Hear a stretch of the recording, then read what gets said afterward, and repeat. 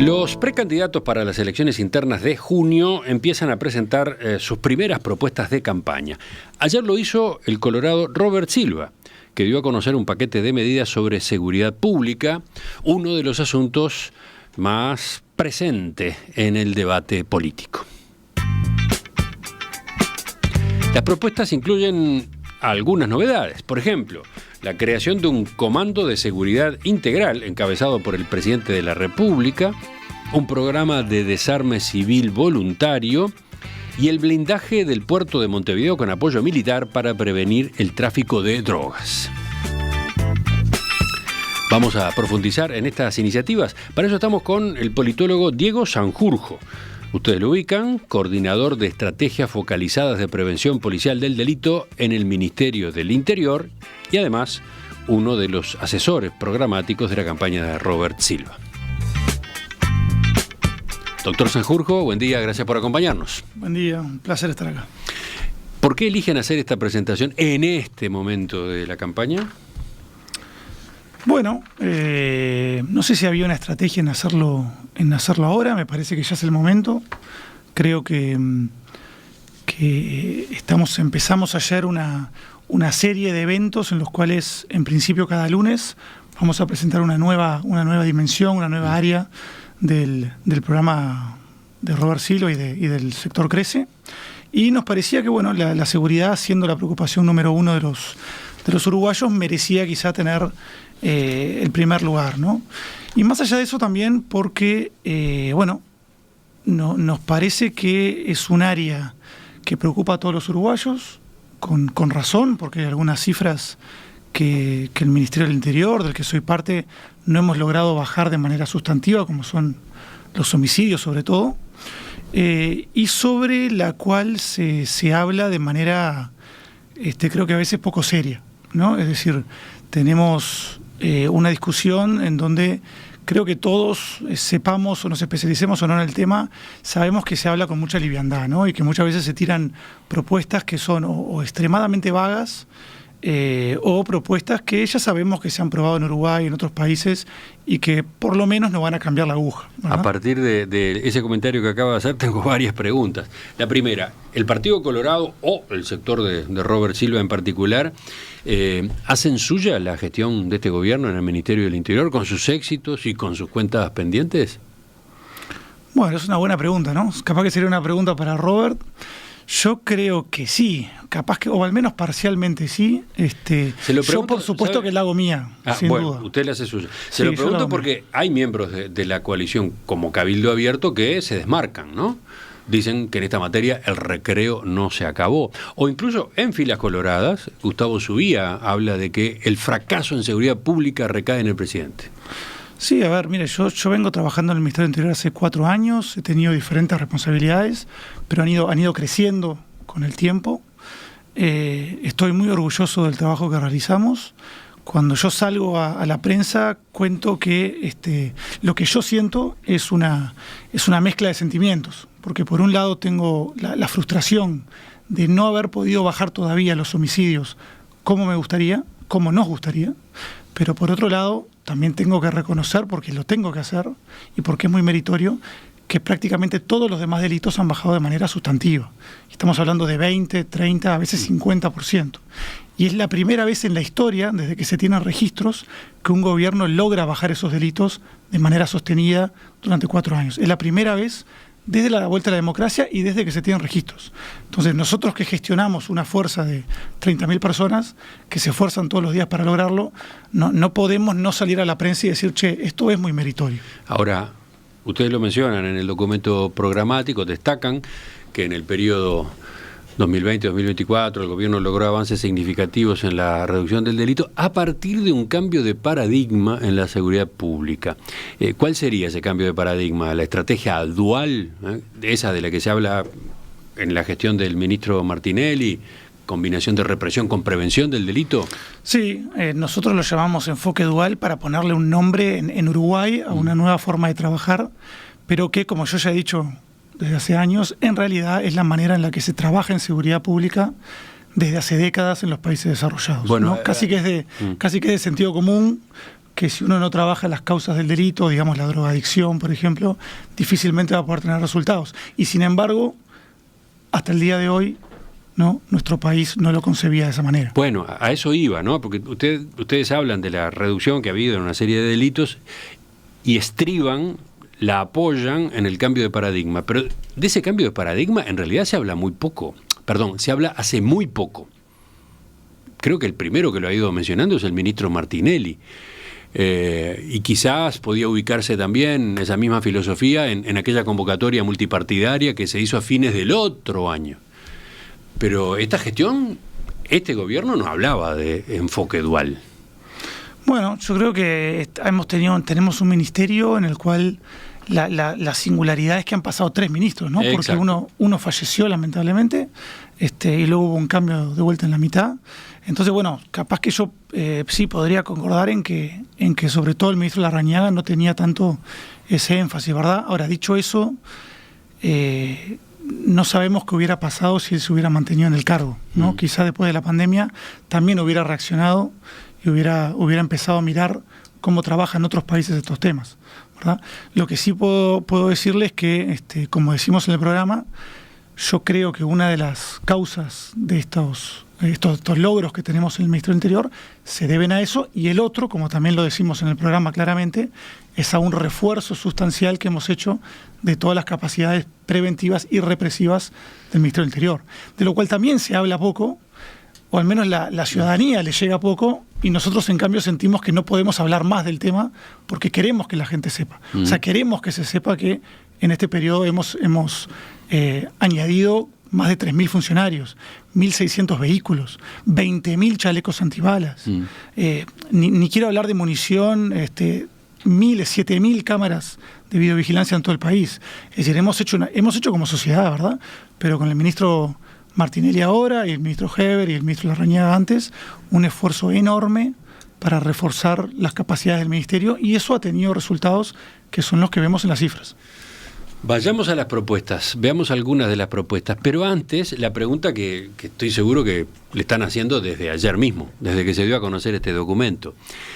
Cualquier propuesta que presente un candidato del oficialismo puede recibir el reproche de ¿por qué no lo hicieron ahora que están en el gobierno? Usted mismo tiene ese cargo de responsabilidad en el Ministerio del Interior. ¿Por qué no aplica ahora estas ideas que hay? En la entrevista, en los próximos minutos, vamos a ir desmenuzando. Bueno, primero porque mi cargo, al principio usted lo dijo, es el cargo anterior que tenía. En realidad ahora mi cargo es coordinador de estrategias de seguridad integrales y preventivas. Tengo una cantidad de medidas a mi cargo que todas por suerte son preventivas en el sentido de que son a largo plazo. Y seguramente el próximo gobierno, sobre todo si es un gobierno liderado por Robert Silva, las vamos a continuar. Y las podríamos haber puesto en este documento y en vez de 20 medidas tendríamos 40. Pero nos parece que no valía la pena, que lo mejor era proponerle a la ciudadanía, bueno, ¿qué haríamos distinto nosotros de llegar al gobierno? ¿No? Es decir, yo estoy, como le digo, me identifico con el ministerio actual, me identifico con el ministro, que creo que está haciendo una gestión brillante, francamente, pero por supuesto que nosotros tenemos que resaltar, bueno, ¿qué cambiaría si la presidencia estuviera en manos de un colorado como Robert Silva? Por eso ponemos medidas que hoy no se están implementando y que no se van a implementar. Ah, bueno. Porque mi pregunta siguiente era, no sé, la medida 3, la medida 4, si usted se la propone hoy al ministro Martinelli, ¿no la acepta? ¿No se puede implementar hoy lo que vamos a charlar ahora? Y bueno, quizás sí, quizás no, habría que preguntárselo a él, ¿no? Yo creo que hoy estamos haciendo una cantidad de cosas nuevas y de innovaciones que con gusto las podemos conversar también, que tenemos que ir probándolas una después de la otra, ¿no? Y también hay varias medidas de estas que se apoyan sobre medidas que estamos haciendo ahora. Yo hago referencia varias veces en el programa a la Policía Comunitaria Orientada a Problemas, que la estamos expandiendo a todo nivel nacional. Hablamos de implementar la Estrategia Nacional de Reforma del Sistema Penitenciario que estamos creando ahora en este periodo. Es decir, ahora en unos días los vamos a convocar a la prensa para dar a conocer todo un proceso de diseño y de creación de una estrategia nacional de reforma para el sistema penitenciario a largo plazo, para las próximas décadas, y nosotros, desde Crecer, con Robert Silva a la cabeza, decimos, si nosotros somos gobierno, vamos a implementar lo que diga este gobierno con esta iniciativa que hay que hacer en las próximas décadas. Enseguida nos metemos entonces, ahora sí, en las medidas, en los distintos puntos que están incluidos en esta propuesta programática. Seguimos con Diego Sanjurjo, que fuera asesor de Ernesto Talvi en materia de seguridad pública y hoy es asesor de Robert Silva, precandidato a la presidencia de la República en el Partido Colorado. Vayamos al documento que ustedes entregaron en el día de ayer. Seguridad y convivencia ciudadana, crece la fuerza transformadora, abril 2024. Una de las medidas que más llama la atención es la creación de un comando de seguridad integral encabezado por el presidente de la República. A ver, ¿cuál es la idea? ¿Qué atribuciones tendría? Bien, esto es una manera que nosotros entendemos que va a servir para dar ese salto de calidad y terminar de comprender la seguridad pública como un esfuerzo interinstitucional, ¿no? Algo de lo que yo hablo siempre de manera muy repetida. Es decir, en los países desarrollados hace mucho tiempo que la seguridad pública se concibe como responsabilidad no solamente de la policía y no solo como un esfuerzo represivo, sino también como un esfuerzo que conjuga la actuación de varios ministerios, de varios organismos, actores públicos y privados, y también trabajo sobre las causas directas, ¿no? Entonces, aquí lo que planteamos es, bueno, Robert desde el primer día nos dijo, yo me puse la educación a cargo en el periodo anterior, porque para mí, y seguramente lo sigue siendo para él, es la prioridad número 1 del país, algo que seguramente compartimos todos los que apoyamos a su candidatura. Ahora, si la seguridad es el problema número 1, entonces yo como presidente tengo que estar también al mando de ese esfuerzo y tengo que asegurarme de que ese salto de calidad que proponemos, ese salto en el cual en la mesa se siente no solamente la policía y defensa e inteligencia, sino también la ANEP, el MIDES, ACE y la Junta Nacional de Drogas, yo eso tengo que efectivizarlo y por eso yo me lo pongo a cargo como mi principal responsabilidad. Sí, ayer lo expresaba el propio Robert Silva en estos términos, vamos a escucharlo. En un gobierno nuestro, el presidente de la República va a estar al frente de la seguridad pública. Vamos a integrar un comando unificado de lucha contra el delito y lo vamos a hacer con la participación de todos los organismos involucrados con la seguridad pública de este país. Y lo vamos a hacer transmitiendo lo que hay que transmitir: liderazgo, compromiso, coraje, dedicación, voluntad para que las cosas sucedan. Usted decía, ¿tiene antecedentes en el mundo este formato? Sí, tiene, por supuesto. ¿Con el presidente a cargo? No, bueno, no sé si con el presidente a cargo. La realidad, y yo eso lo entiendo porque también lo veo en la gestión, es que el liderazgo a veces es clave. Simplemente sin ese liderazgo las cosas no marchan a la misma velocidad. Y Robert, por su estilo de trabajar, por su estilo de ser, es una persona que tiene ese no sé si llamarlo ese coraje o esa impronta de líder muy potente, y por eso él dice, bueno, si este es el problema número 1 para la ciudadanía y es un problema además que conlleva riesgos tan grandes, solo hay que ver lo que pasa en la región, me lo quiero poner yo al hombro y asegurarme de que esto funciona como tiene que funcionar. La contracara es que queda completamente comprometido, o sea, los éxitos y los fracasos, y no hay fusible.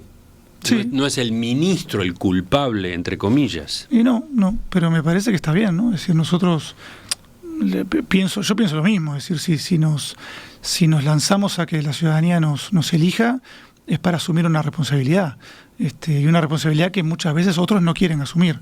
Yo lo que veo con esto, porque él además nos pidió que él estuviera al frente de esto, es sus ganas de ponerse al país al hombro y hacerse responsable. Y bueno, sí, si le va bien, le irá bien, y si le va mal, pero ese liderazgo tiene que estar. Otra de las propuestas novedosas está en el capítulo de lucha contra el crimen organizado y lavado de activos. Ahí ustedes plantean realizar una auditoría nacional de seguridad en colaboración con la Oficina de Naciones Unidas contra las Drogas y el Delito. ¿Qué se buscaría en esa auditoría? Bien, hoy el crimen organizado a nivel internacional se concibe a veces con la metáfora del pulpo. Es decir, es un pulpo que de diferentes formas intenta corromper a la sociedad, corromper a los distintos actores, y agrandar, expandir sus mercados ilegales por todos los recovecos que dejan el Estado y la sociedad civil, ¿verdad? Entonces, lo que se está haciendo para contrarrestar esas posibilidades es realizar auditorías de seguridad. Entonces, hay países europeos que lo han hecho a nivel nacional. Hay otros países de América Latina, por ejemplo México, que con la ayuda de Naciones Unidas lo hacen a nivel estadual o a nivel local, y lo que nosotros planteamos es, ya lo hemos hablado también yo personalmente lo he hablado con actores de Naciones Unidas, es invitar a la Oficina de Naciones Unidas contra las Drogas y el Delito para que se instale en nuestro país temporalmente y nos ayude a hacer una auditoría a nivel local, departamental y nacional para entender todas las fortalezas y debilidades que estamos dejando abiertas. Sobre todo para detectar debilidades, para detectar eslabones susceptibles de corrupción. Exacto. Dentro de los organismos encargados de la seguridad pública. No solo de corrupción, es decir, también las debilidades que todos conocemos y otras que no, ¿verdad? Nuestro país, yo siempre lo digo, ¿no? Y es un poco el foco que tenemos con este programa. Hemos dejado de lado o no hemos fortalecido en lo más mínimo algunas instituciones que son absolutamente elementales para prevenir la expansión del narcotráfico.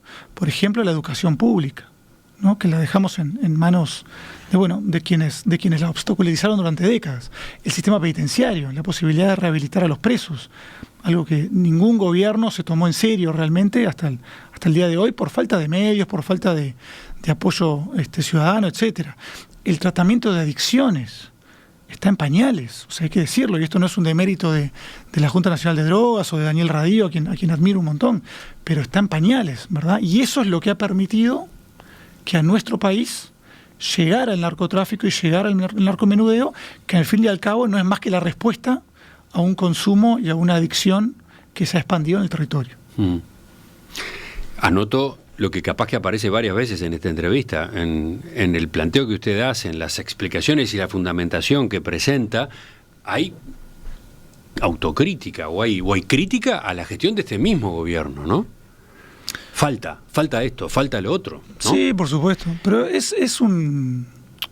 O sea, me parecería como hasta ridículo a veces cuando escucho a alguien que sale a sacar pecho por áreas en las cuales evidentemente falta mucho por hacer. No, está bien, ¿no? pero se puede sostener porque no se va más rápido en esas áreas, ¿no? No, bueno, pero me parece que este gobierno, yo estoy de vuelta muy orgulloso de este gobierno, es el primero que se ha tomado, vamos a empezar por nosotros mismos, por primera vez alguien logra hacer una transformación educativa, una reforma, que por supuesto que falta todavía concretizar, que todavía no está completada, y justamente si nosotros queremos poner a Robert como presidente y si queremos repetir a la coalición republicana, al menos desde mi punto de vista personal, es justamente para que no tiren atrás todos esos cambios imprescindibles que hemos logrado en estos últimos años. Por ejemplo, el presidente, dedicó como nunca dinero al tratamiento de salud mental y de adicciones. Pero de vuelta, estamos todavía en pañales, ¿no? Por eso nosotros lo que planteamos acá, tenemos toda una sección que es, queremos un centro público de rehabilitación y tratamiento de adicciones en cada departamento del país, ¿no? Queremos crear tribunales de tratamiento de drogas, que de vuelta son políticas que en otros países se crearon, se hicieron hace décadas y por eso hoy no tienen los problemas que tenemos nosotros. Bueno, tenemos que ponernos a tiro. De esos dos puntos quiero preguntarle después, pero volviendo al capítulo de lucha contra el crimen organizado y el lavado de activos, también están proponiendo jerarquizar a la JUTEP con más presupuesto, priorizando la idoneidad técnica por sobre la cuota política a la hora de elegir a su directorio. Sí. Están marcando carencias actuales, entonces. Sí, por supuesto, esa creo que es compartida hasta diría por todo el espectro político, ¿no? Lo que pasa es que hay veces que estamos todos de acuerdo en algo, pero falta, creo yo, un líder con la valentía de decir, esto lo vamos a hacer, y punto, ¿no? Creo que todo el mundo está de acuerdo. Nunca he conocido a alguien que no me diga, a la JUTEP le falta financiamiento, a la Junta Nacional de Drogas le falta financiamiento. Es decir, son todas áreas en las cuales parece que estamos de acuerdo todos, pero nadie da el puntapié. Nosotros lo queremos dar. Necesitamos a una JUTEP. Y un aspecto que usted mencionó que nos parece fundamental también en el programa es la profesionalización. Verá que cuando hablamos de la policía no decimos fortalecer a la policía, que la vamos a fortalecer de manera radical, pero hablamos de profesionalizar a la policía. Porque me parece que una gran carencia que tiene nuestro Estado, y también lo sabemos todos, pero nadie tiene la valentía de hacerlo, es empezar a decir, che, acá necesitamos menos selección directa, menos designación a dedo y más concursos, más tribunales en los cuales llegue las personas más idóneas a los cargos más importantes. Y eso lo planteamos no solamente para la JUTEP, sino también para la Policía Nacional y también para todo el Instituto Nacional de Rehabilitación. Sí, pero a ver, ya que usted menciona ese punto, proponen el llamado a concursos públicos para la selección de las direcciones nacionales y las jefaturas departamentales de la policía. Es un giro radical. Quedaría eliminada la designación directa de esos jerarcas. Quedaría eliminada, en particular, la designación directa del jefe de policía del departamento. ¿Por qué? Después de todo, parece lógico que el Ministerio del Interior o que el gobierno ponga al frente de la policía de cada departamento a un jerarca policial, una autoridad en materia policial que sea de su confianza. Ahí hay un tira y afloje. A ver, ¿cómo lo resuelven?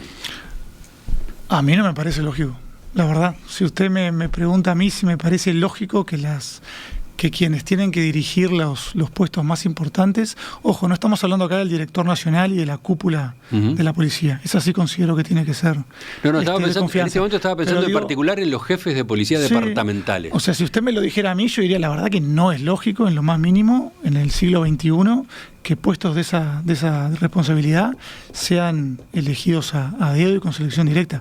A mí me parece que no, a mí me parece que al revés.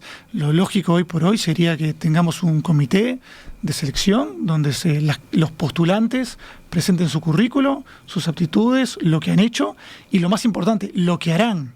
Una estrategia de desarrollo institucional para su jefatura, para su departamento. Eso me parece a mí lo lógico, ¿no? Y ojo, lo que planteamos acá también que a veces... Yo se lo preguntaba sobre todo teniendo en cuenta la historia de nuestro país, ¿no? Lo que eran en su origen los jefes de policía departamentales. Ahí hay una lógica, que es algo que hemos hablado muchas veces con Robert, ¿no? Y que yo me he encontrado desde que estoy en el Estado y en el Ministerio, me lo he encontrado una infinidad de veces, que es lo más uruguayo que hay. ¿Por qué se hace esto? Porque siempre se hizo. Porque siempre se hizo. Porque Uruguay es así y siempre se hizo. Y no importa que en España, en Dinamarca, en Alemania, en Holanda, en Chile, se haga diferente. Como en Uruguay siempre se hizo, está bien, hay que seguir haciéndolo. Y no es así, es al revés. Lo que hay que hacer es mejorar. Gobierno, mejorar. Bueno, nosotros creemos que esto es algo que se cae de maduro, hay que hacerlo. Y ojo, no lo vamos a hacer nosotros así nomás. Nosotros ponemos en el programa que vamos a empezar esta reforma convocando a la Oficina Nacional de Servicio Civil para que se instale en el Ministerio del Interior y nos haga una propuesta de cómo hacer estos cambios para que, por supuesto, funcionen de la mejor manera posible, ¿no? Otro cambio para la policía es la incorporación de 1.500 efectivos militares a la Guardia Republicana. Estos efectivos deberán hacer el curso de policía antes de ser incorporados. No estamos hablando de algo totalmente original. Es una posibilidad que se ha discutido en varios momentos, ¿no? Sí, a ver, aquí en realidad lo que estamos diciendo es necesitamos, y lo digo con pena, porque ojalá pudiéramos utilizar nuestros recursos para contratar, no sé, más innovación, más científicos. Pero la realidad es que tenemos un problema enorme que requiere más recursos humanos en la Policía Nacional y también en la Guardia Republicana. Entonces queremos ampliar la fuerza en 1.500 efectivos y esos efectivos ponerlos por un lado en la Guardia Republicana y por otro lado en las seccionales de los barrios más conflictivos del país. Es decir, queremos que las seccionales de los barrios más conflictivos sean las mejor dotadas de todo el país. Como eso requiere recursos, recursos que son por supuesto finitos, lo que decimos es, bueno, intentemos que esos recursos salgan del ejército. ¿Por qué? Porque a su vez somos el país de la región con más soldados por habitante. Y hoy por hoy, más allá de que yo considero que un ejército es fundamental, imprescindible y tiene que ser fuerte además, la coyuntura requiere que los esfuerzos, las prioridades estén en materia de seguridad interna. Por eso planteamos sacar de un lado para poner en otro. Se parece mucho a la creación de la Guardia Nacional que proponía Jorge Larrañaga en aquella reforma constitucional, Vivir sin Miedo, que no prosperó en el plebiscito de 2019, ¿no? No, yo creo que no. A ver. O sea, tampoco me acuerdo de los detalles, no quiero ser injusto, pero aquí lo que estamos diciendo en realidad es fortalecer a la policía y a la Guardia Republicana. Es decir, todas las personas que vengan del ejército, que yo repito algo que he dicho muchas veces, no tienen la capacitación, ni la preparación, ni el armamento para trabajar en los barrios donde necesitamos más recursos policiales.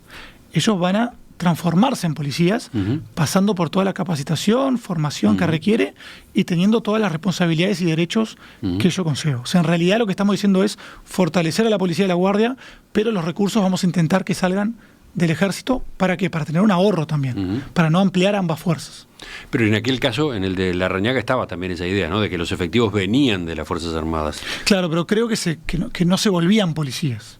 Creo que pasaban a ser un cuerpo distinto. Ah, está bien, ¿no? está bien. Por ese lado había una diferencia. Y después, más recientemente, Laura Raffo ha hablado de algo similar a lo de ustedes, ¿no? Puede ser. Sí, no. Estas propuestas no van en contra de las de nadie más, ¿no? Para terminar con el capítulo policía, ustedes anuncian un aumento significativo de los sueldos de los funcionarios policiales dedicados a tareas ejecutivas. Sí, 50%, ¿puede ser? Para mí esto es lo más importante. Es decir, nosotros tenemos una policía, primero, que para mí, lo digo siempre, el mayor honor de mi vida profesional es servir a la policía, que a su vez nos sirve a nosotros. Estoy muy orgulloso de la policía, como creo que todos en el Ministerio del Interior, que trabajamos con ellos a diario. La policía, a su vez, es una de las instituciones más mejor valoradas por la ciudadanía, lo dicen las encuestas. Ahora, yo lo que quiero es dar un salto de calidad por el cual cualquier hijo de vecino de clase media que le interese la seguridad pública pueda y quiera dedicarse a la Policía Nacional, que vea a la Policía Nacional como un trabajo atractivo, dinámico e interesante, que hoy por hoy no lo es. Y no lo es por varias razones. Primero, porque los requisitos son muy bajos, la capacitación es muy baja, pero a su vez y sobre todo porque los sueldos están muy por debajo de lo que merece un trabajo con esas responsabilidades y con ese riesgo. Entonces, lo que planteamos es, por un lado, subir los requisitos de entrada, aumentar un 25% la capacitación, pero eso tiene una contraparte innegociable, que es aumentar fuertemente los salarios. Cuando dice subir los requisitos de entrada, ¿está hablando de exigir liceo completo? Sí, que de vuelta. No, usted capaz que me dice, pero bueno, en Uruguay siempre se ha hecho distinto. Sí, pero ya simplemente estamos en el siglo XXI, ¿no? Creo que para ser periodista se precisa una formación, para ser politólogo también, para ser médico también, y para ser policía se precisa por lo menos liceo completo. Y en un segundo periodo, dentro de 10 años, me gustaría pasar a licenciatura, ¿verdad? Pero hoy por hoy, liceo completo. La formación del personal subalterno es de 600 horas. Yo creo que debería ser de 800, sin entrar en detalles sobre todos los contenidos. Y el salario tiene que subir por lo menos 50%, porque hoy por hoy no es atractivo, no les estamos pagando muy por debajo de lo que se merecen recibir, pero también muy por debajo de lo que un joven preparado e interesado en la seguridad pública quiere recibir para una carrera que tiene que ser interesante, dinámica, desafiante, etc. De nuevo, acá aparece la pregunta a propósito de la viabilidad de un planteo como este. ¿Cuánto suma ese aumento de 50% en los salarios de los policías ejecutivos? Digo porque las limitaciones presupuestales, las limitaciones en el gasto público están en la orden del día, y varias de las medidas que ustedes están planteando acá requieren mayor gasto. No la que hablábamos recién, la de traslado de efectivos de las Fuerzas Armadas a la policía, eso es una reubicación, pero esta sí. Sí, es decir, hoy por hoy el salario, no quiero entrar muy en detalle porque hay muchas variables a tomar en cuenta, pero los policías ejecutivos, sus salarios nos cuestan alrededor de 500, 450 millones de dólares por año. Ese número que aparece en el documento es muy fuerte, ¿no? Sí. 500 millones de dólares al año se destinan a salarios policiales. Entonces, ejecutivos solamente. Hay muchos más. Exacto. Entonces, estamos hablando de gradualmente, año a año, ir aumentando este número. Ah, gradualmente. Sí, gradualmente. Pero en un periodo de gobierno nosotros queremos alcanzar un aumento del 50% de los salarios. O sea, se saltaría de 500 millones de dólares a 750 millones de dólares de gasto destinado a salario de policías ejecutivos. Bueno, porque yo empecé hablando de este capítulo que para mí es trascendental, hablando sobre también un análisis que nos va a hacer la Oficina Nacional de Servicio Civil sobre cómo reformar la policía y el Ministerio del Interior. Tomemos en cuenta que hay una cantidad enorme de ineficiencias en el Ministerio del Interior, que este gobierno ha hecho mucho para cambiar, pero todavía falta por hacer. Pensemos nomás en los 3.000 policías que tenemos a diario con licencia médica, ¿verdad? Y muchos de los cuales evidentemente no tienen un problema médico, sino que están, hasta cierto punto abusando de un sistema que no está preparado para funcionar de manera eficiente. Este gobierno, me consta, ha hecho unos esfuerzos enormes por cambiar algo que era una bola de nieve que habíamos dejado crecer durante décadas, ¿no? Pero bueno, creemos que esto se puede cambiar de vuelta, con valentía, con coraje, porque hay decisiones que hay que tomar que a veces no son lindas, pero que van a permitir un ahorro considerable que luego a su vez podamos devolverle a la policía diciendo, miren, permítanos hacer esto, permítanos una mayor eficiencia, un mayor desafío para ustedes, pero a cambio les vamos a aumentar considerablemente los sueldos. Enseguida retomamos la entrevista con Diego Sanjurjo, politólogo, asesor de Robert Silva, precandidato a la presidencia de la República en el Partido Colorado. En Perspectiva se emite en vivo. De lunes a viernes de 7 a 12 horas en Radio Mundo, 1170 AM de Montevideo y sus plataformas digitales. A 3 meses de las elecciones internas, uno de los precandidatos del Partido Colorado, Robert Silva, presentó ayer un primer paquete de propuestas, en este caso en seguridad pública, un tema que se perfila como central en el debate en estas semanas que faltan hasta el 30 de junio. Hay varias novedades en esa serie de medidas y sobre su alcance, su fundamentación, estamos conversando esta mañana con Diego Sanjurjo, que hoy es coordinador de estrategias de seguridad integrales y preventivas en el Ministerio del Interior y el principal asesor de Silva en estos asuntos. Hace un rato estábamos hablando del capítulo vinculado con lucha contra el crimen organizado y lavado de activos. Recorrimos algunas de las medidas, pero quedó por mencionar el blindaje del puerto de Montevideo con apoyo militar para prevenir el tráfico de droga. ¿De qué estarían encargados estos soldados? Esta es una medida que le quiero dar el mérito a una persona que vos deberías invitar a este programa, porque es un experto en seguridad y en crimen organizado que tenemos en Uruguay y que es muy poco conocido porque no está siempre en Uruguay, que es el doctor Gonzalo Croci. Él me planteó hace tiempo una inquietud que tenía, que era que en Uruguay hacíamos siempre hincapié en blindar o cerrar las fronteras para que no entre la droga, lo cual es imprescindible, es fundamental, pero también es imposible, porque todos sabemos que a todos los países del mundo entra droga, ¿no? Pensemos en Estados Unidos. Trump hizo una muralla, un muro en toda la frontera de Estados Unidos y México, y a pesar de eso hoy le entran más drogas que nunca, ¿verdad? Entonces, ese esfuerzo que es fundamental pero también es estéril, en realidad podríamos direccionarlo mejor si también nos enfocáramos en el puerto, porque Uruguay tiene una excepcionalidad seguramente a nivel regional y mundial, que es que tenemos solo un gran puerto.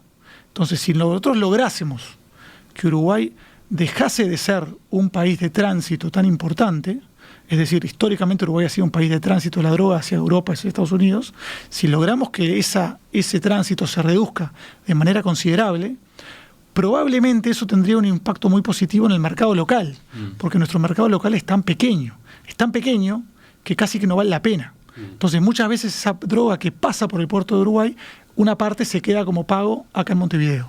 Si nosotros lográsemos reducir eso a través de un blindaje, entonces capaz que eso haría que llegase mucha menos droga a Montevideo, ¿no? ¿De qué estamos hablando con blindaje? Porque la Armada Nacional, a través de la Prefectura Nacional Naval, tiene jurisdicción en los puertos. Sí, tiene. ¿Qué cambiaría? Acá planteamos dos cosas, que no entramos mucho en detalle tampoco, porque tenemos otro capítulo sobre logística que no hemos presentado, donde esa parte se habla mucho más en detalle. Pero acá lo que queremos es, a grandes rasgos, aumentar de manera considerable todos los controles. Es decir, por un lado, necesitamos muchos recursos humanos para controlar la mercadería de distintas maneras, y ahí es donde nos parece que de vuelta el ejército nos puede dar una mano. ¿El ejército o la Armada? El ejército o la Armada, pero de vuelta. Porque en principio es la Armada quien tiene esa responsabilidad en la costa, ¿no? Claro, pero la Armada es también la que tiene una responsabilidad enorme, que es cuidar nuestro espacio marítimo, donde nos hacen falta muchísimos más recursos. Entonces, a mí me parece que a la Armada no se le puede sacar a nadie. De vuelta, el ejército hoy, su prioridad también es la lucha contra el narcotráfico, creo que nos puede ayudar en esto. Pero lo más importante en realidad... ¿Pero de qué se ocuparía? ¿De revisar los contenedores, por ejemplo? Por ejemplo. o de cuidar simplemente, o de cuidar, entre comillas, controlar que los escáneres nuevos que van a llegar ahora en junio, que van a hacer un cambio radical también en la seguridad de los puertos, no se rompan, se cuiden. Cuidar la corrupción, es decir, cuidar quién entra y quién sale. Ahora, siempre cuando uno pone militar o soldados en el programa llama la atención. En realidad, capaz que lo más importante es la segunda parte, que es un sistema de control público-privado, es lo que se llama Smart Ports, básicamente a nivel mundial, que es un sistema tecnológico y con recursos materiales y humanos cualitativamente muy superior a lo que tenemos hoy en Uruguay, que es, cada parte de la cadena entre todos los actores que participan del puerto tiene que fortalecerse, coordinarse mucho mejor. La idea central, ¿cuál es? Que si nosotros logramos blindar ese puerto, lograr que el puerto de Montevideo sea un puerto mucho menos atractivo para el tránsito de drogas, entonces eso va a tener un impacto en el narcomenudeo de Montevideo y de las ciudades uruguayas. De nuevo, ¿hay antecedentes en el mundo? ¿Ustedes se basan en experiencias de otros países? Es decir, como se imaginará la audiencia, hay puertos infinitamente más seguros que el nuestro, ¿no? Evidentemente. Esto porque a la Agencia Nacional de Puertos, a la Armada, le faltan recursos, le faltan muchos recursos, ¿no? Entonces, planteamos eso, un salto cualitativo tecnológico y también encontrar recursos humanos para ayudar en esas tareas que nos parece que van a tener un impacto muy importante en la lucha contra el narcotráfico. Seguimos. Doctor Sanjurjo, otra propuesta, que no es del todo original, es la creación de un Ministerio de Justicia. Está en el tapete hace años. ¿Por qué ustedes la toman? ¿Por qué ustedes la impulsan? Bueno, primero, esa es una que nosotros, el del Partido Colorado, pusimos sobre la mesa en la estrategia interpartidaria, ¿no? Y creo que por suerte tuvimos también el beneficio de que se instaló de vuelta en la agenda el tema, y hoy por hoy todos los partidos, o casi todos los partidos lo proponen, nosotros también. Consideramos que el sistema penitenciario está en una fase de agotamiento estructural, como lo ha dicho también el ministro Martinelli muchas veces, necesita un cambio absolutamente radical y que tiene que empezar por separarse de la lógica policial y represiva del Ministerio del Interior. Es decir, precisa una lógica contraria a la que le podemos dar nosotros en el Ministerio del Interior, y por eso su lugar natural debería ser en un Ministerio de Justicia que además aunaría una cantidad de servicios y tareas que hoy están desperdigados por el Estado, ¿no? Es decir, esto creo que ya se ha hablado mucho. Pero en particular, ustedes dicen que el Ministerio de Justicia albergaría la División de Asuntos Internos del Ministerio del Interior. Sí, nos parece que la Dirección de Asuntos Internos, de vuelta, este gobierno la ha fortalecido, la ha mejorado mucho, la ha blindado y me consta, está funcionando mejor que antes, pero nos parece, también decimos lo mismo con la JUTEP, nos parece que estos cuerpos de control tienen que tener una independencia mayor. Ya está. Entonces, el Ministerio de Justicia como organismo nuevo, que no me quiero olvidar de algo, por eso hago un paréntesis, no vamos a crear un ministerio nuevo, sino que va a haber otro ministerio, que no lo voy a decir ahora porque está todavía en desarrollo, pero lo vamos a aunar con otro. Es decir, vamos a quedarnos con el mismo número de ministerios que tiene hoy el gobierno, pero vamos a crear uno nuevo, que es el Ministerio de Justicia.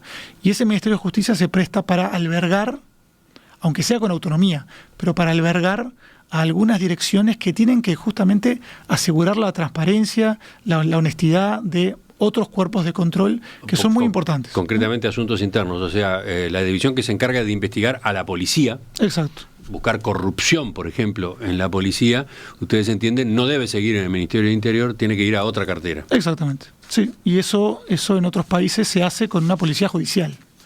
A nosotros ahí tenemos una discusión dentro del equipo, que no lo mencioné, tenemos un gran equipo de seguridad, los cuales todos participaron en la redacción de este documento. Hay posiciones encontradas sobre si es buena idea o no tener una segunda policía, ¿no? Entonces lo que decimos es, como paso intermedio, pasemos la Dirección de Asuntos Internos al Ministerio de Justicia y después veremos si eso es un buen camino o no, pero empecemos por ahí, por blindar esa dirección.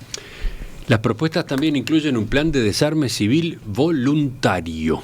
Sí. ¿Podemos explicarlo? Uruguay, muchos uruguayos no saben esto, es uno de los países más armados del mundo. Uruguay es sin dudas el país más armado de la región y los organismos internacionales estiman que puede ser el 6º o el 7º país más armado del mundo. Las armas por sí mismas no son un problema, las armas por sí mismas no matan a nadie y las armas pueden ser un gran instrumento de defensa personal. Ahora, en ciertos contextos, en contextos de violencia, de narcomenudeo, de drogadicción, las armas se convierten en un instrumento que aumenta exponencialmente la violencia. Entonces, lo que nosotros planteamos es tenemos que tener, de vuelta, algo que deberíamos tener hace décadas, como tienen tantos países del mundo, un programa de desarme voluntario. Nosotros lo que planteamos es tenemos que ir a buscar esas armas que crean violencia y que crean delito.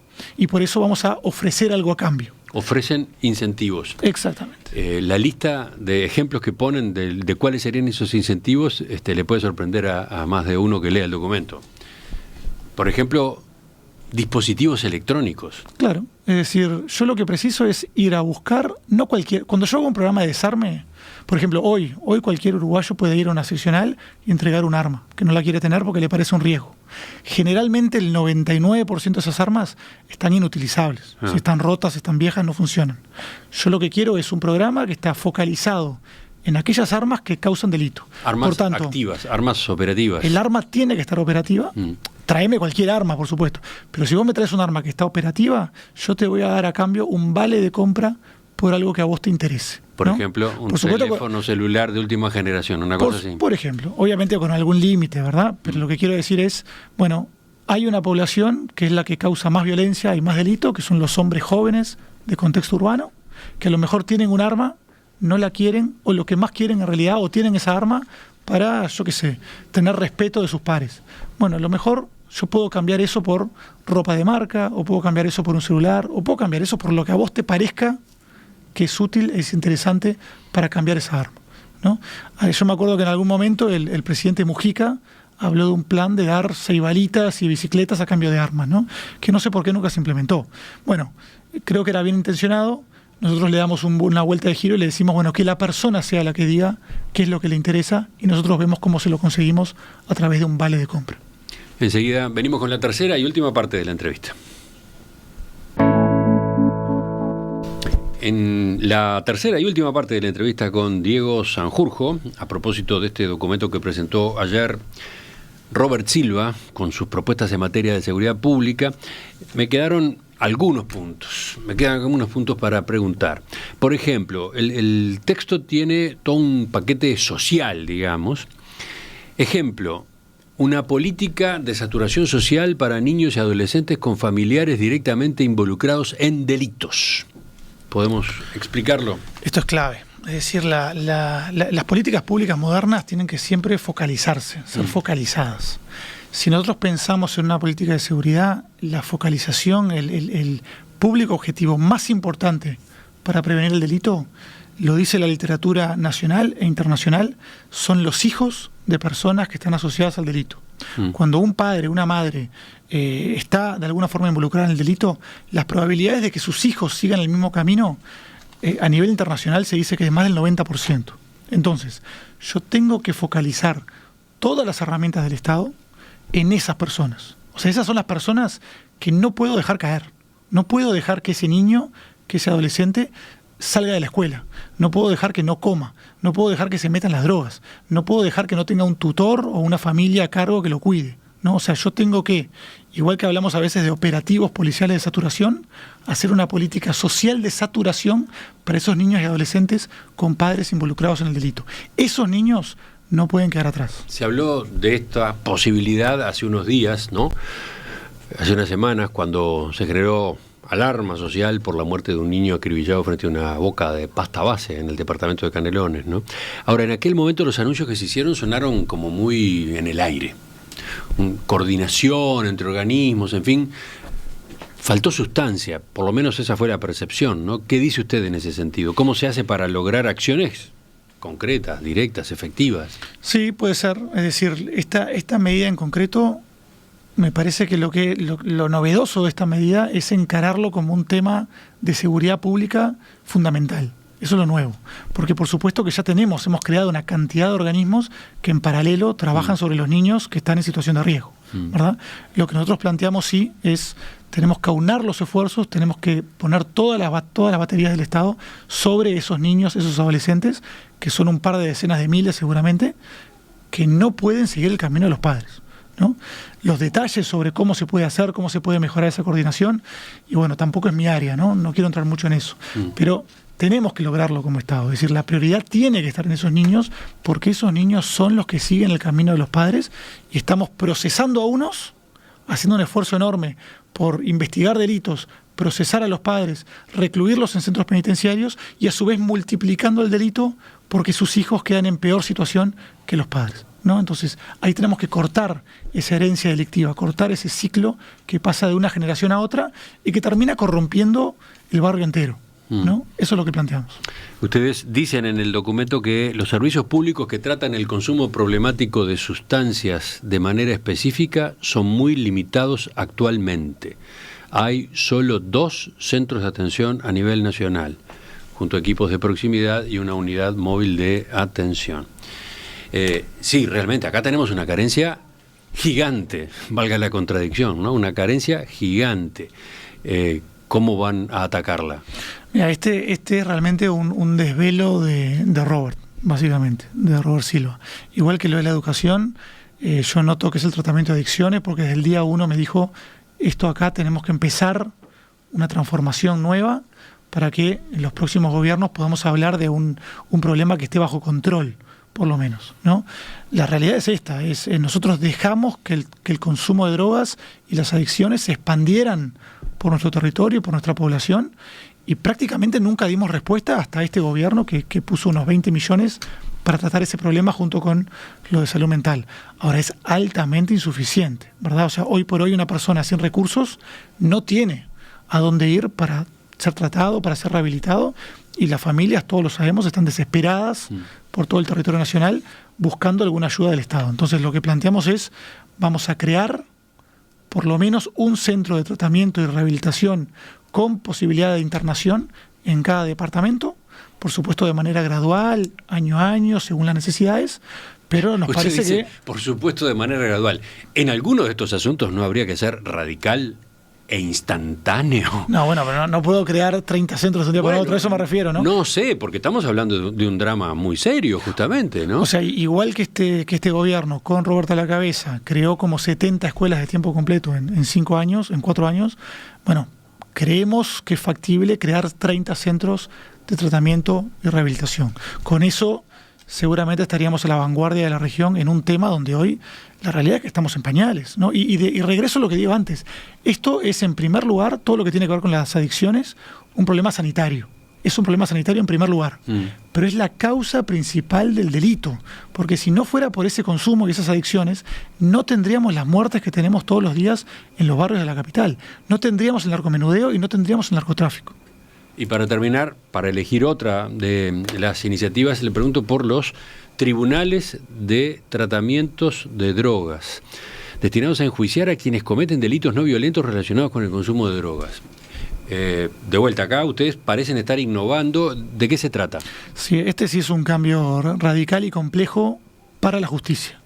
Acá lo que se trata es lo siguiente. De vuelta, sabemos en Uruguay, por sentido común, y a nivel internacional está más que probado hace décadas, que las personas que cometen delitos porque tienen una adicción a las drogas, generalmente terminan entrando a prisión y saliendo mucho peor de lo que entraron, con una adicción exacerbada, siendo más violentos y convirtiéndose en delincuentes profesionales.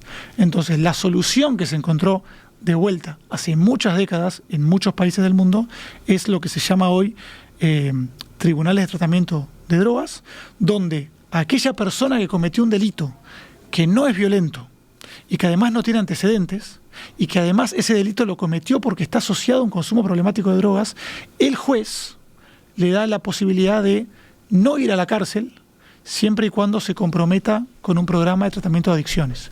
Y la justicia, junto con la sanidad, que lleva adelante ese programa de tratamiento de adicciones, cada 3 meses, o cada mes, o cada 3 meses, o cada 6 meses, llama de vuelta a esta persona, llama a los médicos que lo tratan para ver si ese compromiso que tuvo al principio se mantiene. Si se mantiene, el tratamiento sigue hasta que ojalá la persona pueda dejar de usar esos servicios. Si la persona no va o no cumple con el tratamiento, entonces lamentablemente va a prisión, ¿no? Es decir, es una forma de no mandar a estas personas que tienen un problema de salud pública, hay que reconocer eso, la drogadicción es un problema de salud, lo saben las familias que lo tienen, evitarles el tránsito por la cárcel, que al final va a hacer que terminen mucho peor de lo que entraron.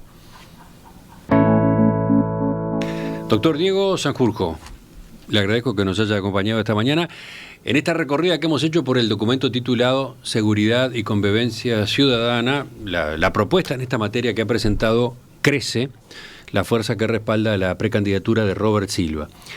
Claro, estamos hablando de uno de los precandidatos del Partido Colorado, un partido que a su vez tiene una intención de voto baja, según las encuestas. Ahora, da la impresión de que ustedes con este texto enriquecen el debate en esta materia. Por eso va a ser bueno que en las próximas semanas sigamos viendo qué otras propuestas aparecen, qué otras ideas. Yo espero que sí, es decir, yo tengo mi rol político, que es más nuevo, pero también tengo mi rol académico, y igual que siento que es una responsabilidad mía cuando doy clase, por ejemplo, ¿no? Impartir, aumentar, digamos, la capacidad crítica de los estudiantes. También como cualquier criminólogo me pongo como una responsabilidad propia subir un poco el nivel de discusión en materia de seguridad. Porque la verdad es que lo que hemos visto hasta ahora ha sido muy pobre. Creo que en eso podemos estar todos de acuerdo, ¿verdad? O se tienen programas donde hay una vaguedad absoluta, o se tiran medidas que en el fondo todos sabemos que no van a cambiar la aguja en lo más mínimo. Volvemos a conversar en cualquier momento.